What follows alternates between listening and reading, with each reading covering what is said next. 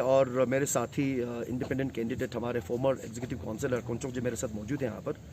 तो विपक्ष के तौर पर दो बातों को लेकर आज मैं जनता के सामने हम दोनों मौजूद हुए यहाँ पर। पहली बात तो ये है कि जो छठा शेड्यूल है, आप सबको मालूम है छठा शेड्यूल बहुत एक उभरता हुआ आप एक मांग लद्दाख के अंदर एक उभरा है जो बहुत ज़रूरी है। अगर लद्दाख को बचाना है, लद्दाख की ज़मीन को बचाना है, लद्दाख के हमारे बच्चों के नौकरियों को बचाना है, वातावरण को बचाना है, हर लिहाज से छठा शेड्यूल सबको मालूम है एक मुद्दे के तौर पर उभर के या जो बीता हुआ चुनाव रहा काउंसिल का। तो हमने उस पर जैसे पहला जो असेंबली जिस दिन चेयरमैन साहब का नियुक्ति हुआ, चेयरमैन साहब का जब वहाँ पर चेयरमैन साहब जब आए, जो पहला जो हमारा सेशन रहा उसमें भी हमने अपोजिशन ने हमने इस बात को उठाया कि जल्द से जल्द एक स्तर बुलाया जाए कि जिसके अंदर छठे शेड्यूल के ऊपर चर्चा हो और एक मत होकर सारे काउंसिलर मिलजुल कर हम छठे शेड्यूल के ऊपर सर्वसम्मति से एक रेजोल्यूशन पास किया जाए।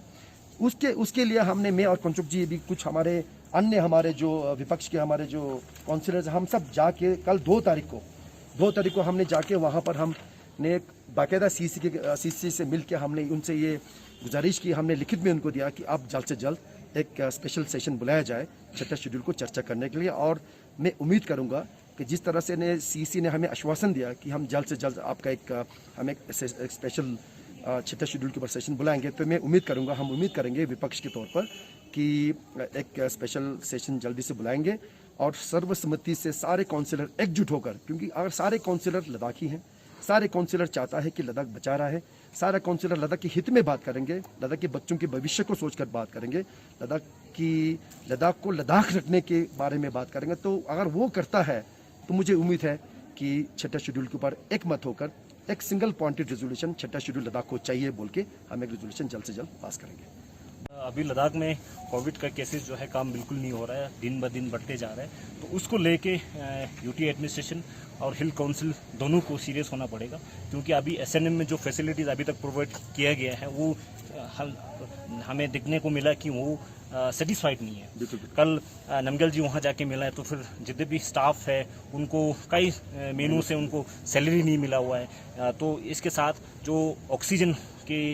जो फैसिलिटीज़ वहाँ पे देना चाहिए वो सही तरीके से प्रोवाइड नहीं है, नर्सिस की कमी है और भी स्टाफ की कमी है। और ये कोविड जो है खाली लेह की इर्द गिर्द में नहीं है, बिल्कुल दूर दराज के इलाका में भी है। तो विंटर को देखते हुए उनकी हीटिंग के अरेंजमेंट, उनके लिए जो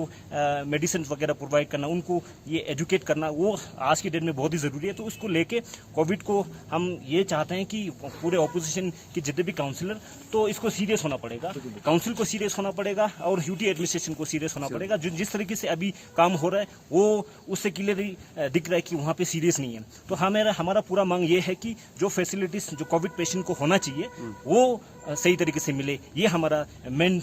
दूसरा पॉइंट जो है ये है जी।